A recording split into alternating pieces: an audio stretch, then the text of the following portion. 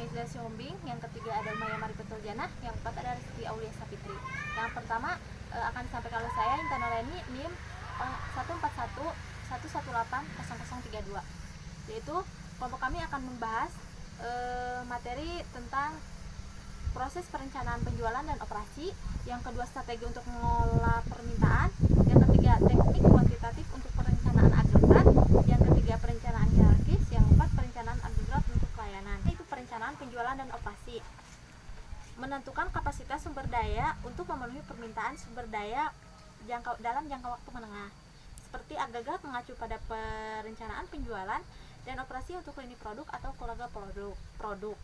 Yang kedua ada perencanaan penjualan dan operasi dengan penawaran dan permintaan. Tujuannya untuk menetapkan perencanaan lebar perusahaan untuk mengalokasikan sumber daya, mengembangkan strategi ekonomi untuk memenuhi permintaan. Selanjutnya ini ada tabel perencanaan penjualan dan operasi. Jadi perencanaan penjualan dan operasi ini ada tujuan strategisnya. Jadi tujuan dari penjualan itu apa? Terus ada kebijakan perusahaan, kebijakan seperti apa yang mau ambil sama perusahaan. Terus ada kendala keuangan, ada perkiraan permintaan. Jadi perusahaan harus bisa memperkirakan permintaan dari konsumen ketika ingin mengoperasikan suatu produk. Terus ada kendala kapasitas. Terus ada di bawahnya ada rencana penjualan, yaitu ada 3 tahap. Yang pertama penjualan per bulan menurut keluarga produk. Terus ada pengelolaan permintaan, terus ada tingkat pelayanan pelanggan, terus ada juga rencana operasional, yaitu yang pertama produksi per bulan oleh keluarga produk, terus ada tingkat tenaga kerja dan inventaris, terus ada simpanan, pesanan, kembali, dan kehilangan penjualan. Yang selanjutnya yaitu memenuhi strategi permintaan, yaitu menyesuaikan kapasitas. Jadi perusahaan harus bisa menyesuaikan kapasitas ketika ingin mengoperasikan suatu produk, jadi harus menyesuaikan dengan sumber daya manusia yang mereka miliki. Terus yang kedua ada mengelola permintaan, yang ketiga tingkat produksi, yang keempat mengejar permintaan. Jadi mereka harus bisa mengejar permintaan. Jadi ketika ingin mengoperasikan suatu barang, perusahaan bisa, ketika permintaannya melonjak atau meningkat, perusahaan bisa menambah sumber daya manusia. Kalau permintaannya menurun, perusahaan bisa menurunkan atau mengurangi sumber daya manusia perusahaan tersebut. Terus yang selanjutnya ada permintaan puncak, ada lembur di bawah waktu, subkontak, pekerja paruh waktu, ada pemesanan kembali. Selanjutnya ini ada tabel tingkat produksi. Ini ke atas ada unit, ke bawah ada tem. Saya Rosmaida, NIM 14111839. Lalu di sini ada tabel per strategis. Di dalam tabel tersebut ada quarter, lalu ada sales forecast atau LB. Nah, di sini ada sparring yaitu 80.000, lalu summernya itu 50.000, lalu fallnya 120.000 dan winternya 150.000. Selanjutnya ada tabel cash demand strategis dan ada pengertian dari mix strategis. Yang pertama yaitu satu, kombinasi level produksi dan strategis permintaan cash. Contohnya kebijakannya adalah tidak lebih dari X% tenaga kerja dapat diberhentikan dalam suatu kuartal. Lalu selanjutnya ada tingkat inventaris tidak boleh melebihi X dolar. Lalu selanjutnya beberapa industri mungkin menghentikan produksi selama musim permintaan rendah dan menjadwalkan liburan karyawan selama waktu itu. Lalu selanjutnya adalah General Linear Programming Model, yaitu strategi untuk perencanaan produksi mungkin mudah dievaluasi, tetapi permintaan dan biaya harus linear. Lalu selanjutnya ada pertimbangan perusahaan baik dan kaya, itu contohnya adalah rencana produksi yang optimal mungkin merupakan kombinasi dari inventaris dan penyesuaian tenaga kerja. Kami dapat mencoba kombinasi dan membandingkan biaya, misalnya pendekatan coba-coba, atau kami dapat menemukan solusi optimal dengan menggunakan program linear. Lalu selanjutnya ada example production planning async linear programming. Di sini ada beberapa rumusnya, yaitu ada WT, itu adalah ukuran tenaga kerja untuk periode T. Lalu ada P, unit yang diproduksi pada periode T. Lalu ada L, unit dalam persediaan pada akhir periode T. Lalu selanjutnya ada F, jumlah pekerja yang dipecat untuk produk periode T. Selanjutnya ada jumlah pekerja yang dikerjakan untuk periode T. Perkenalkan, nama saya Umaya Marifatul Janah, NIM 141180063. Contoh perencanaan agregat menggunakan strategi murni dan campuran. Permintaan untuk seri mainan aksi Quantum Corporation mengikuti pola musiman dan tumbuh selama bulan-bulan musim gugur dan mencapai puncaknya pada bulan Desember, dengan puncak yang lebih kecil pada bulan Januari untuk penurunan harga setelah musim gugur, pertukaran dan pembelian aksesori, dan Juli untuk spesial Natal pada bulan Juli. Bisa dilihat pada tabel berikut.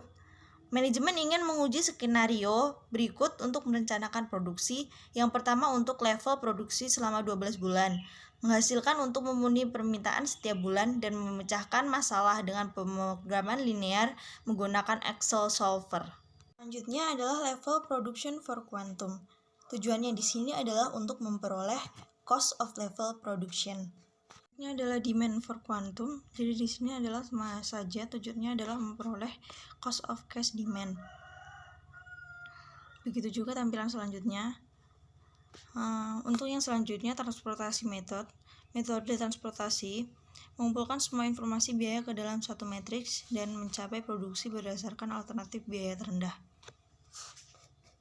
Untuk periode penggunaannya, terlepas dari kapan item diproduksi, muncul di baris atas entry biaya pada kolom periode penggunaan berbeda dengan biaya penyimpanan item sebelum digunakan.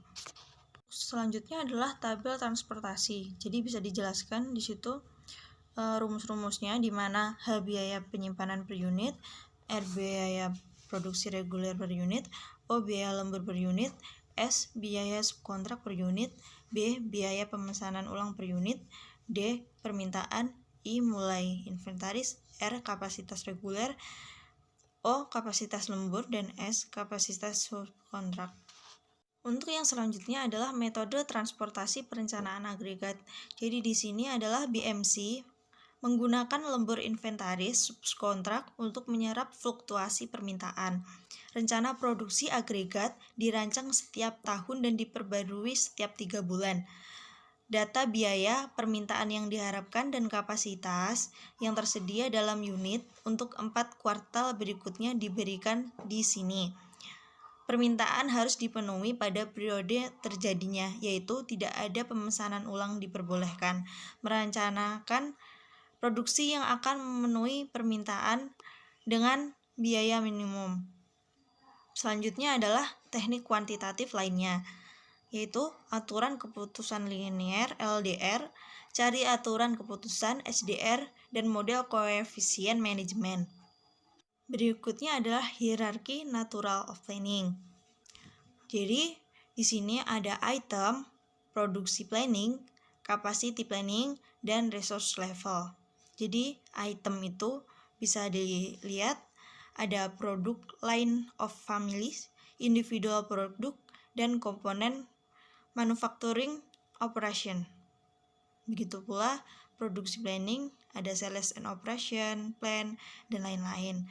Capacity planning ada resource requirement plan, rokat capacity plan, dan lain-lain. Resource level adalah plan, critical works center, all work center, individual machine. Untuk disagregasi, yaitu memecah rencana agregat menjadi rencana yang lebih rinci. Buat jadwal induk produksi untuk perencanaan kebutuhan material. Nama saya Resti Aulia Safitri, NIM 141180295. Selanjutnya, kita masuk ke sub perencanaan kolaboratif. Berbagai informasi dan menyinkronkan produksi di seluruh rantai pasokan. Bagian dari CPFR yang terdiri dari perencanaan, kolaborasi, perkiraan, dan juga penambahan.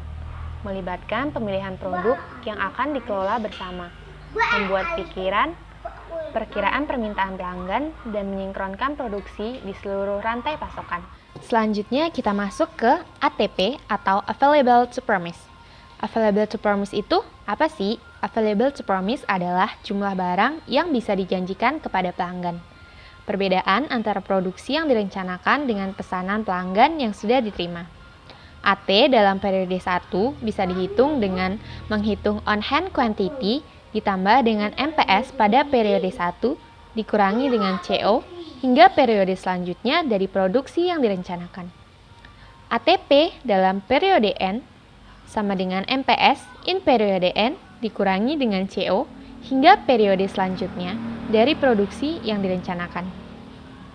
Available to promise atau ATP adalah barang yang mampu diproduksi dan tersedia di kemudian hari.